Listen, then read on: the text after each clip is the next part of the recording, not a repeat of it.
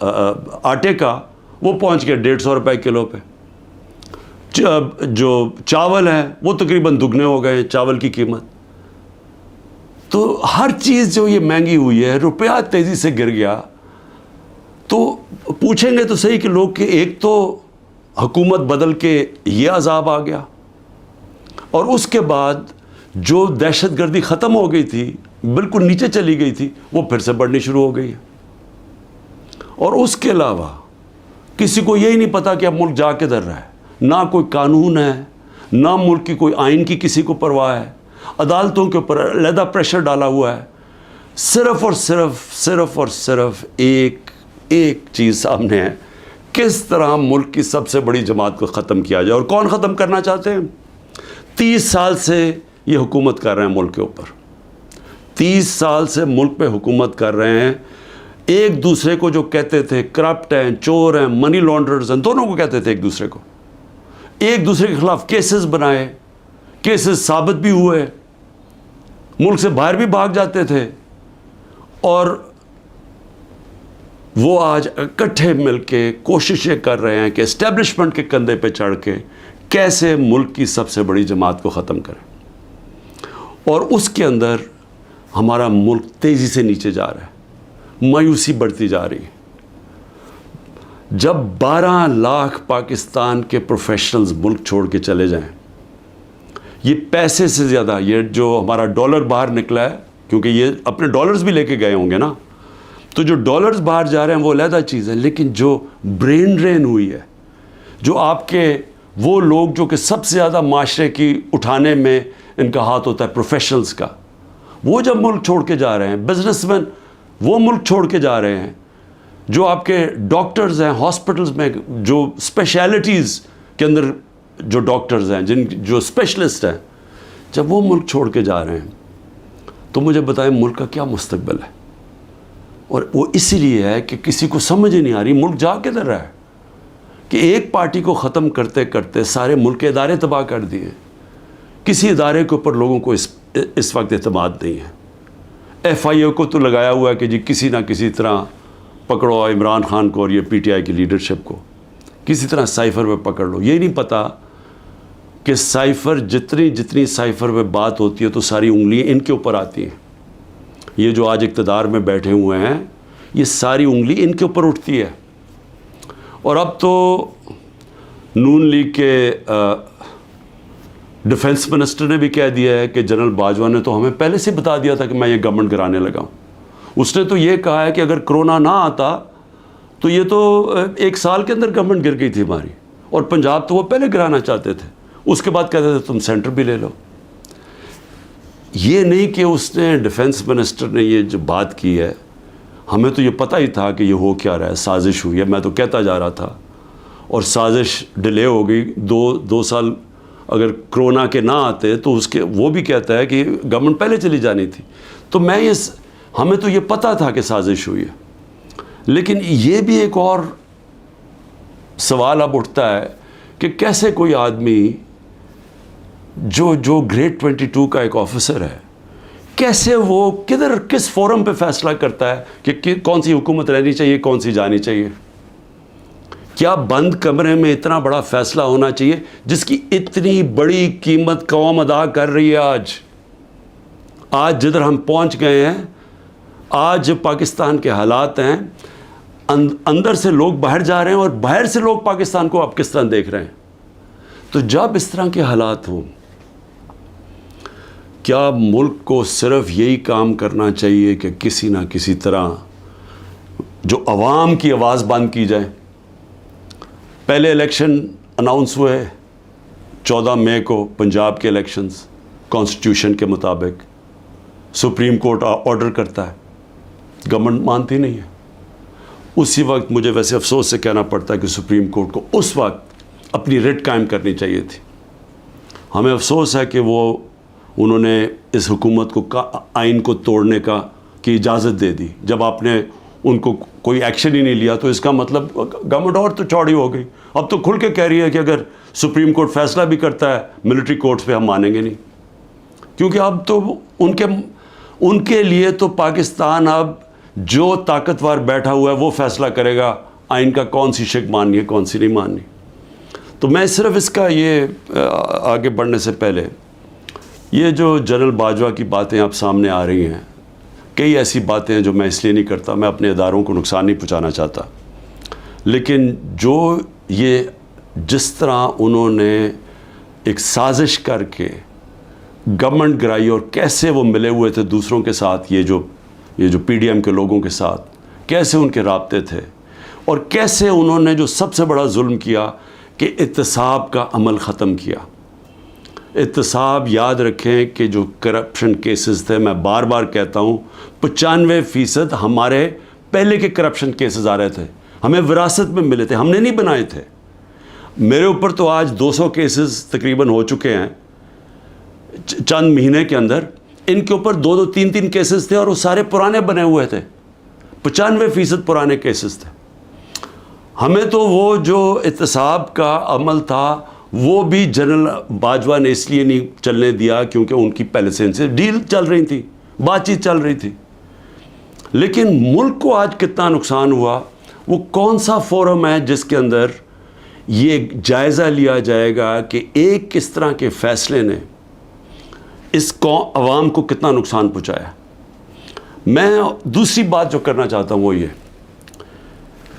کہ دیکھیں، مجھے جو سب سے بڑا مجھے خوشی تھی وہ یہ کہ تحریک انصاف پہلی جماعت تھی جس نے خواتین کو پالیٹکس میں لے کے آئے، یعنی انہوں نے شرکت کی پاکستان کی سیاست کے اندر.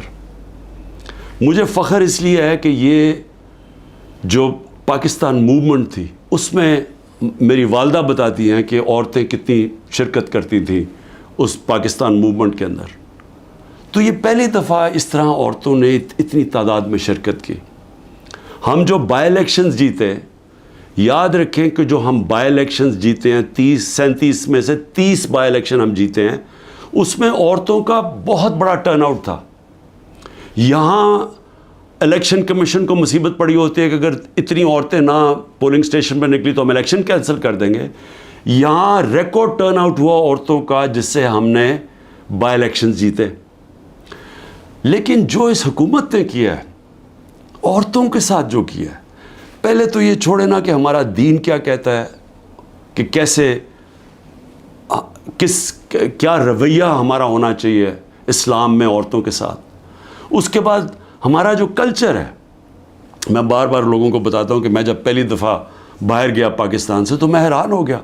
اس طرح کی عورتوں کی عزت باہر نہیں ہے، مغربی معاشرے میں نہیں ہے جو کہ ہمارے معاشروں میں ہے. اور جس طرح عورتوں کو سڑکوں پہ گھسیٹا، جس طرح ان کو جیلوں میں ڈالا، جس طرح ابھی تک جس طرح عورتوں کو جیلوں میں رکھا ہوا ہے، اور میں یعنی حیران ہوں کہ کیا ڈاکٹر یاسمین کسی یہ بلڈنگ جلانے میں تھی ملوث؟ کیا عالیہ حمزہ تھی؟ کیا طیبہ تھی؟ کیا صنم تھی؟ کیا ختیجہ؟ انہوں نے کوئی بلڈنگ جلائی ہے؟ ان کو اتنی بڑی سزا کہ 80 دن سے یہ جیلوں میں ہیں. اور بھی عورتیں ہیں، کوئی جیو فینسنگ میں کوئی عورت مل گئی اس کو پکڑی جیلوں میں ڈال دیا، اور ان کے بچے ہیں اور اس کے باوجود ان کو جیلوں میں رکھا ہوا. یہ کون سے معاشرے میں ہوتا ہے؟ اور یہ پرامن احتجاج تھا. پرامن احتجاج آئین ہمیں حق دیتا ہے. یہ پاکستان کا قانون نہیں توڑا تھا کسی نے. جو لوگوں نے جا کے کور کمانڈر ہاؤس جلایا تھا اس کے اوپر پوری تفتیش ہونی چاہیے اور سزا ملنی چاہیے، لیکن ان کو بھی تفتیش کریں. وہاں کوئی CCTV کیمرہ لگے تھے، سیف سٹی کے کیمراز تھے، پتہ تو چلے کہ کیا ہوا ہے. ہمیں پتہ ہے کہ عسکری ٹاورز کس نے جلائے ہیں، ہمارے پاس ایویڈنس ہے. ریڈیو پاکستان کی ایویڈنس مل رہی ہے کہ پشاور کس نے جلایا ہے.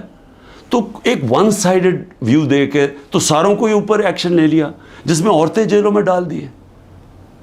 اور عورتوں کا ان کے جو باہر عورتیں ان سے کیا ہو رہی ہیں وہ چھپی ہوئی ہیں. ہماری جو تنظیم کی عورتیں تھیں ان کے گھروں کے اوپر اٹیکس، کئیوں کے خامد کو پکڑ کے لے گئے، کئیوں کی بزنسز بند کر دی، جو خامدوں کی ہسبینڈز کی بزنس بند کر دی. یعنی وہ اتنی مشکلوں میں ان کو ڈال دیا. اور کئی تو چھوڑ کے چلے گئے پالیٹکس. انہوں نے کہا جی ہم نہیں کر سکتے یہ کون کر سکتا ہے یہ مجھے بتائیں؟ جن عورتوں کے بچے ہوں، جن عورتوں کے خامد ہوں، بھائی ہوں، باپ ہوں، وہ جب دیکھیں گے کہ یہ ہو رہا ہے عورتوں کے ساتھ، کون اجازت دے گا اپنی عورتوں کو پولیٹکس میں آنے کے لیے؟ اور اس سے بڑا ظلم کیا ہو سکتا ہے کہ 50% آپ کی آبادی آپ ان کو پولیٹکس سے باہر نکال دیں، جبکہ وہ شرکت کرنا شروع کر دی تھی۔ ایک سیاسی شعور پیدا ہو گیا تھا جس میں عورتیں کیا، بچے، نوجوان، بوڑھے، لیکن جو عورتوں کی شرکت تھی، مجھے ایسے لگتا ہے کہ یہ پلان کے تحت، یہ پلان کر کے عورتوں کو سیاست سے باہر کیا جا رہا ہے۔ جس طرح انہوں نے اوورسیز پاکستانیز کی ووٹنگ کینسل کروائی، ہم نے جو ان کو ووٹنگ رائٹس دلوائے تھے، ہم نے ان کے پوری سسٹم کے کیسے انہوں نے شرکت کرنی ہے پاکستان کی الیکشن ڈے کے اوپر، پاکستان کے الیکشنز میں ووٹ ڈال کے، وہ انہوں نے ختم کروایا اوورسیز پاکستانیز کو، جن کے پیسے پہ ملک چلتا ہے۔ وہ اوورسیز پاکستانی اگر وہ اپنی ریمیٹنسز روک دیں، آدھا بھی پیسہ کام کر، پاکستان بینکرپٹ بالکل ہی بیٹھ جائے گا۔ ان کی انہوں نے بند کروا دی، کیونکہ وہ اوورسیز پاکستانی زیادہ تر تحریک انصاف کے تھے، ان کی ووٹنگ رائٹس ختم کروا دی۔ اور اب آ کے عورتیں، جو انہوں نے نظر آیا ان کو کہ عورتیں نکل رہی ہیں الیکشن میں، ووٹس ڈال رہی ہیں، جو بائی الیکشنز تحریک انصاف جیتی اس میں عورتوں کا بہت بڑا ہاتھ تھا، انہوں نے اب ان عورتوں کے اوپر یہ جان کے سختی اور ظلم کر رہے ہیں تاکہ وہ بھی پالیٹکس سے باہر ہو جائیں۔ اور میں پھر سے کہتا ہوں، اس سے بڑا معاشرے پہ کیا ظلم کر سکتے ہیں آپ، کہ صرف اور صرف یہ چوروں کا ٹولہ اوپر ملوث کرنے کے لیے یہ سارے حربے استعمال کیے جا رہے ہیں، یہ ظلم کیا جا رہا ہے اس ملک کے ساتھ۔ اور میں، کیونکہ عاشورہ بھی ختم ہوا ہے، میں صرف اپنی قوم سے ایک بات کہنا چاہتا ہوں۔ دیکھیں، ہم نے حضرت امام حسین کی شہادت سے کیا سیکھا ہے؟ ہم نے سب سے پہلے یہ چیز سیکھی کہ جو لا الہ الا اللہ، جس کو ایمان دے دیتا ہے، اور جس کو علامہ اقبال کہتے ہیں عشق، اور میں نے ایک علامہ اقبال کا فارسی میں نے ٹویٹ بھی کیا ہے، اور میں نے اس کو اپنی انسٹاگرام اور سارے فورمز پہ کہا ہے کہ وہ فارسی کہہ، لیکن اس میں انگریزی میں بھی اور اردو میں بھی پورا اس کا ترجمہ ہے۔ تو علامہ اقبال ان کی شہادت کو کیسے دیکھتے ہیں؟ اتنی خوبصورتی سے انہوں نے بتایا ہوا ہے کہ لا الہ الا اللہ کا مطلب آزادی، اور آزادی خوف سے بھی، آزادی اپنی میں سے بھی، اور وہ آتی ہے عشق اللہ سے عشق کرنے سے۔ اور وہ ہے جب لا الہ الا اللہ، جب آپ اپنے ذہن میں دعویٰ کر دیتے ہیں، پھر آپ کسی کے سامنے نہیں جھکتے۔ تو جب پتہ تھا کہ وہ پوری کی پوری فوج سامنے کھڑی ہے،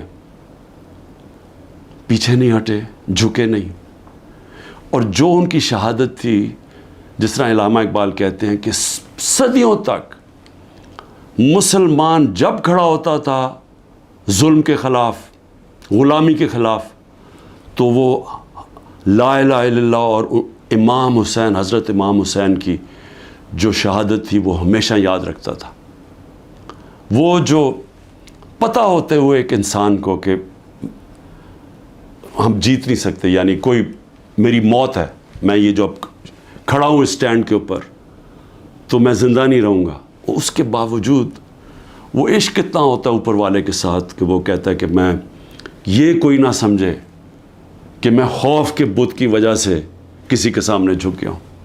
اور یہ ہوتا ہے کہ جو انہوں نے بیج بو دیے کہ ہمیشہ مسلمان دنیا میں ظلم کے سامنے جب لوگ کھڑے ہوتے ہیں تو ان کو یاد آتا ہے وہ اس قربانی کا۔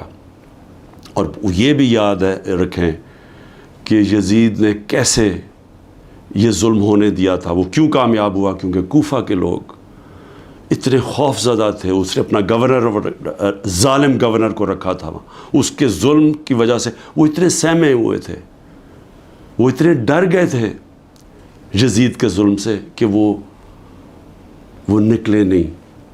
انہوں نے اتنا بڑا ثانیہ اسلام کی تاریخ میں ہونے دیا، اور وہ ساری زندگی پچھتاتے رہے۔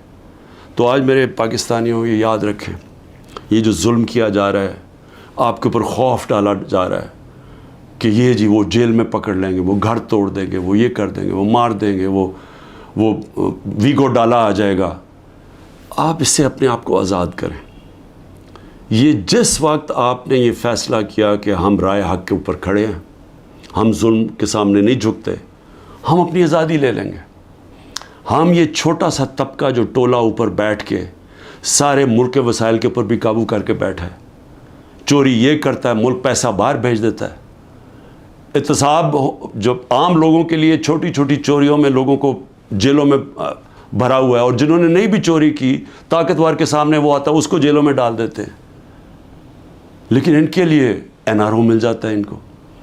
اگر ان کے ظلم کے خوف کی وجہ سے ہم ڈر جائیں گے تو ہمارے سامنے بدترین قسم کی غلامی ہے.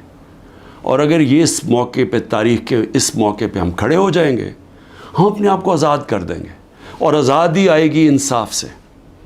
جب ہمارے حقوق کی ہمارے عدالتیں حفاظت کریں گی, جب کسی کی جرت نہیں ہوگی کسی کے گھر میں گھس کے توڑنے کا, کسی کی جرت نہیں ہوگی جھوٹا کیس کرنے کے لیے. میرے اوپر 180 سے اوپر کیسز ہیں. میں پچھلے 2 مہینے میں تقریباً 350 مختلف کیسز کے اندر عدالتوں میں جا چکا ہوں. ایک دن میں 19 کیسز کا میں نے سامنا کیا, اور میں یہ کرتا جاؤں گا. ہو سکتا ہے کہ میں نہ کر سکوں, یہ مجھے جیل میں, کیونکہ پوری کوشش کریں جیل میں ڈالنے کی, میں اس کے لیے تیار ہوں. لیکن میں یہ بتانا چاہتا ہوں کہ یہ جو مرضی کر لیں, میں کھڑا ہوں. میں کسی صورت یہ ان کے حربوں کی وجہ سے, ان کے ظلم کی وجہ سے میں کسی صورت ان کے سامنے جھکوں گا نہیں. اور میں یہ چاہتا ہوں آپ بھی, ساری قوم فیصلہ کر لے کہ ہم یہ ظالم کے سامنے نہیں جھکیں گے, اور انشاءاللہ ہم آزاد ہو جائیں گے. پاکستان زندہ باد.